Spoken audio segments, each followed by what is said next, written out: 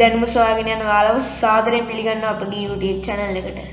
අද අපි චීන මහා ප්‍රාකාරය ගැන කතා කරන්නේ. ඔයා සමහරට චීන මහා ප්‍රාකාරය ගැන තොරතුරු දන්නවා වෙන්නත් පුළුවන්.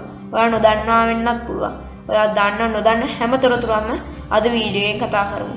එහෙනම් දැන් යමු අපි වීඩියෝ එකට.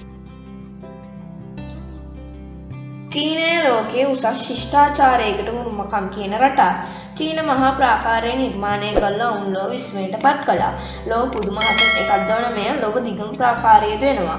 අභ්‍යවකාශයේ සිට පෘථිවිය දෙස බලන අයෙකුට පෘථිවිය මත තිබෙන දර්ශන වලින් පෙනෙන එකම නිර්මාණයක් මෙයයි. මේ ගොඩනැගුවේ ගම්බින් සංහාරයේ යෙදුණු මොන්ගෝලියන් ජාතිකයන් ප්‍රධාන කොටගත් කොල්ලකරුවන්ගෙන් චීනය ආරක්ෂා කර ගැනීම සඳහා. ලොව දිගම ප්‍රාකාරය වන මේ ගොඩනගලා තියෙන්නේ ගලින් හා ගඩොලින්. ක්‍රිස්තු වර්ෂ 4 වන සියවසේ සිට 7 වන සියවස දක්වා වසර 1000කට අධික කාලයක් පුරා එක් එක් රාජ වකවාන තුල මේ යෝධ නිර්මාණය සිදු කරලා තියෙනවා. ඒ එක් එක් රාජ්‍යයන් වල තැන තැන ඉදිවෝ තිබූ ප්‍රාකාර කොටස් එකට සම්බන්ධ කරලා එක් ප්‍රාකාරයක් ලෙස මේක ගොඩනැගුවේ ක්‍රිස්තු පූර්ව 221 දී. මේ ඉදිකිරීමට මුල් වූ චීන අධ්‍යයනයන් අතර චින්මින් ෂූ වැනි පාලකයන් ප්‍රමුඛ වෙනවා. නව චීනයේ එක් මායිමක් දැන් ප්‍රාකාරය මගින් ආරක්ෂා වෙනවා. මෑතකදී කරන ලද ගණනයන් වලට අනුව මෙහි මුළු දිග ආසන්න වශයෙන් සැතපුම් 5530ක් පමණ වෙනවා. මෙම ප්‍රාකාරයේ සෑම තැනක්ම එක හා සමාන නොවේ. මෙහි ඝනකම මීටර් 9.75ක් වෙනවා. මෙහි මුදුනේ පළල මීටර 4.5ක් වෙනවා. ප්‍රාකාරයේ තැනින් තැන මුරකුටි ඉදි කරලා තියෙනවා. ඒ මුරකුටි එකිනෙක අතර පරතරය මීටර 180ක් පමණ වෙනවා.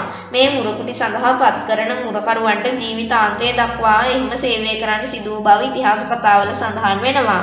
චීනයේ නැගෙනහිර දිශාවේ සිට බටහිර දිශාව දක්වා කඳු හෙල්, තැනිතලා, වනාන්තර මෙන්ම කාන්තාර හරහාද මේ ඉදි වෙලා තියෙනවා. ප්‍රාකාරය වෙත ළඟා වීමට කේබල් කාර් පහසුකමද ලබා දී තිබෙනවා. ලෝක පුදුම හතෙන් ප්‍රථම පුදුමය ලෙස සැලකෙන මෙම විශාල නිර්මාණය මිනිසුන්ට මේ ලෝකයේ කරන්නට බැරි දෙයක් නැතැයි සනාථ කරන්නා.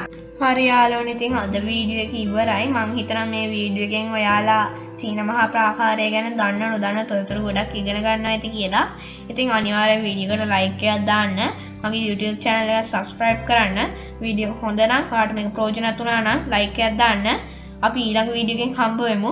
පරිස්සමෙන් ඉන්න. බයි.